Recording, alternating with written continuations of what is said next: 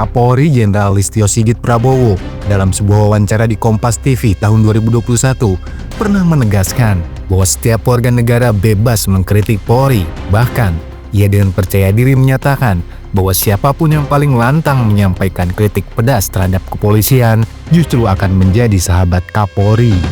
Yang berani mengkritik paling pedas untuk polisi itu jadi sahabatnya Kapolri, saya sampaikan. Mungkin itulah yang menimpa band asal Purbalingga, Sukatani. Mereka merilis lagu berjudul Bayar, Bayar, Bayar. Sebuah kritik cadas terhadap oknum kepolisian yang bermain di luar aturan. Namun, alih-alih dirangkul sebagai sahabat, seperti janji Kapolri, mereka justru diduga mengalami pembungkaman. Lagu itu akhirnya ditarik dari seluruh platform musik, disertai klarifikasi yang terkesan lebih sebagai bentuk penyesuaian sikap ketimbang kebebasan berpendapat. Band punk asal Purbalingga, Sukatani, sudah kenyang berkelana di musik arus bawah sejak 2022. Digawangi oleh Electro Guy di gitar dan produksi, serta Twister Angel di vokal.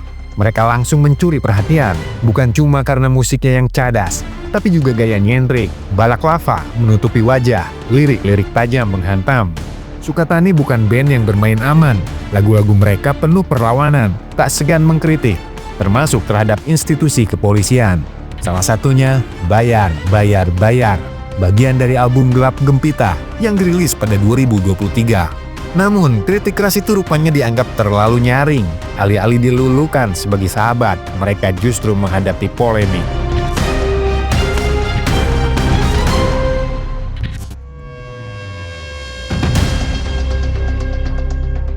Lagu Bayar, Bayar, Bayar menggambarkan pengalaman seorang yang selalu harus merogoh kocek saat berurusan dengan polisi. Dalam satu liriknya, mau bikin SIM, bayar polisi. Sukatani menyorot praktik yang sudah jadi rahasia umum, anggota kepolisian yang merangkap sebagai calo SIM. Kasus semacam ini bukan cerita baru. Pada 2016, misalnya, 17 polisi dicokok karena membantu pengurusan SIM dan surat kendaraan di luar prosedur. Masih di tahun yang sama, 6 anggota kepolisian ketahuan beroperasi sebagai calo SIM dengan tarif ratusan ribu rupiah. Bukan hanya polisi berpangkat rendah yang bermain di lahan basah ini. Di level atas, praktik serupa berlangsung dengan skala lebih besar. Mantan Kapolres Kediri, AKBP Erik Hermawan, misalnya, ditangkap pada 2018 karena pungli pembuatan SIM. Setoran yang dia terima mencapai 4-50 juta rupiah per minggu. Sementara jajaran di bawahnya kebagian 10-15 juta saban pekan. Lebih jauh ke belakang, kasus korupsi pengadaan simulator SIM pada 2012 menyeret nama besar Irjen Pol Joko Susilo. Anggaran yang dikorupsi tak main-main, 121 miliar rupiah melayang dari kas negara.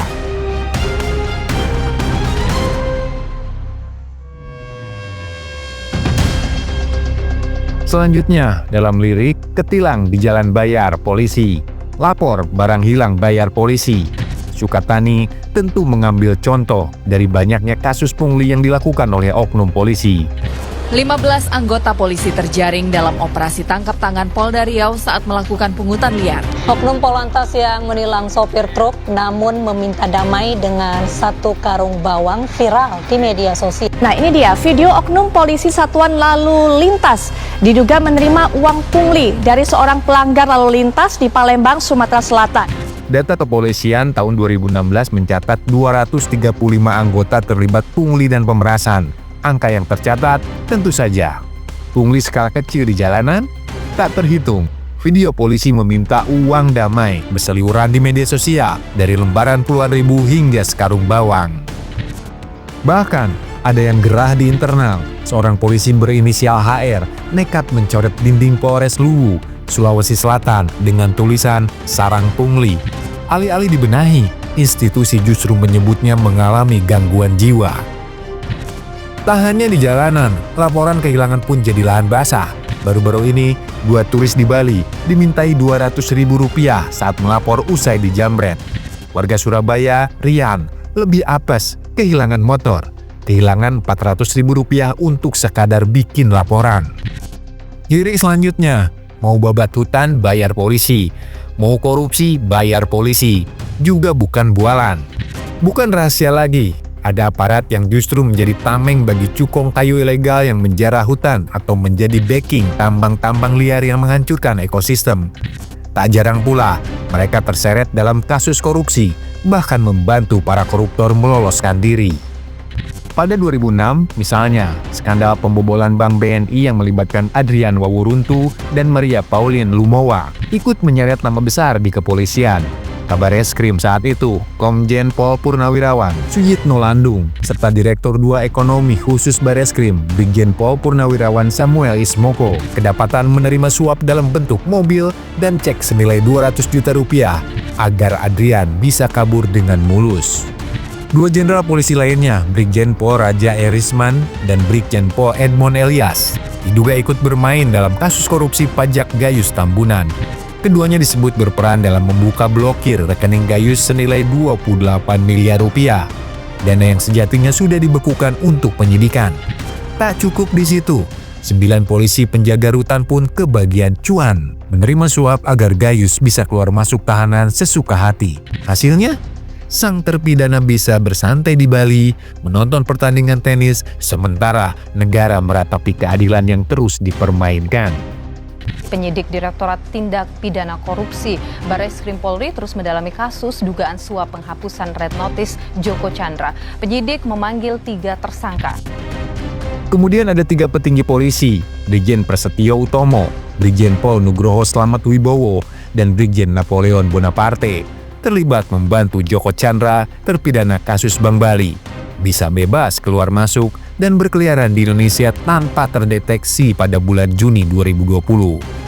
Lirik mau jadi polisi bayar polisi juga merupakan realita yang sering terjadi. Banyak kasus penerimaan calon polisi yang sering menghiasi headline media. Di Jawa Tengah misalnya, ada 2 polisi didakwa menerima suap hingga 2,6 miliar rupiah untuk meloloskan sejumlah calon bintara. Sementara di Makassar, 4 polisi terlibat dalam praktik calo pendaftaran Akpol dengan total suap mencapai 4,9 miliar rupiah. Seni memang sering menjadi saluran kritik yang paling tajam. Tulisan yang terstruktur bisa jadi tidak dibaca. Kritik di media sosial bisa berujung pada jerat Undang-Undang ITE, sementara coretan di dinding dianggap gangguan jiwa. Mungkin lewat bait-bait lagu dan irama musik, polisi bisa mendapat kritik sekaligus menikmati iramanya. Sayangnya, bukannya merenung, kritik justru disikapi dengan reaksi cepat dan terkesan buru-buru. Langkah seperti ini justru semakin memperburuk citra kepolisian itu sendiri. Saya Muhammad Siva Lufti, sekali lagi mohon maaf. Saya Novi Cita Indriati, sekali lagi memohon maaf. Melalui pernyataan ini, saya telah mencabut dan menarik lagu ciptaan kami yang berjudul Bayar Bayar Bayar, lirik lagu Bayar Polisi. Dengan ini saya menghimbau kepada semua pengguna akun media sosial yang telah memiliki lagu kami dengan judul Bayar Bayar Bayar, lirik lagu Bayar Polisi, agar menghapus dan menarik semua video menggunakan lagu kami dengan judul Bayar Bayar Bayar. Karena apabila ada risiko di kemudian hari, sudah bukan tanggung jawab kami dari band Sukatani. Setelah lagu tersebut viral, Sukatani menarik lagu tersebut dari semua platform musik, sehingga munculkan dugaan adanya tekanan dari pihak polisi. 2 personelnya juga meminta maaf kepada Kapolri dan kepolisian melalui media sosial mereka. Tapi, bukankah pengkritik Polri dianggap sebagai sahabat? Mengapa harus klarifikasi? Apakah benar kalau masyarakat tuh takut kritik, Pak? Karena kalau enggak, pasti akan berhadapan dengan polisi. Stigma itu memang sudah terjadi, sudah tertanam. Jadi memang harus diubah dengan bagaimana kemudian kita berusaha menunjukkan bahwa Polri tidak anti kritik, pemerintah tidak anti kritik. Terkait dengan masalah kritik ini pun kita juga rubahlah wajah kita. Bagaimana kemudian jangan sampai polisi ini dicap anti kritik. Memang perlu banyak perbaikan di lapangan karena memang merubah mindset tidak mudah. Sampaikan bahwa yang berani mengkritik paling pedas untuk polisi itu jadi sahabatnya Kapolri. Saya sampaikan. Meskipun pihak kepolisian mengklaim bahwa permintaan maaf yang mereka keluarkan tidak ada unsur paksaan dari pihak manapun, desakan publik untuk mendapat penjelasan yang lebih jelas terus bergulir. Baru-baru ini terungkap bahwa ada 6 personel polisi yang diduga melakukan intimidasi terhadap Ben Sukatani. Namun, hasil pemeriksaan dari Propam Polda Jawa Tengah justru menyatakan bahwa para anggota tersebut telah menjalankan tugas mereka secara profesional. Nihil. Jadi klarifikasi itu hanya sekedar kita ingin mengetahui tentang maksud dan tujuan dari pembuatan lagu tersebut. Dan ikut kita mengapresiasi dan itu merupakan kritikan terhadap Polri yang sifatnya membangun dan itu sebagai masukan untuk perbaikan kita ke depan. Kini, saat desakan terhadap polisi makin memuncak, polisi akhirnya kembali mengizinkan lagu Bayar, Bayar, Bayar untuk dinyanyikan dan diedarkan. Namun, Sukatani bukanlah satu-satunya seniman yang merasakan represivitas dan pembungkaman akibat karya yang menusuk institusi atau negara. Publik kini menanti lebih dari sekadar slogan-slogan anti kritik yang seringkali hanya menjadi kata-kata kosong atau gimmick. Apa yang dibutuhkan adalah tindakan nyata, bukti bahwa kritik tidak hanya diterima, tapi dihargai sebagai bagian dari pembangunan demokrasi yang sehat.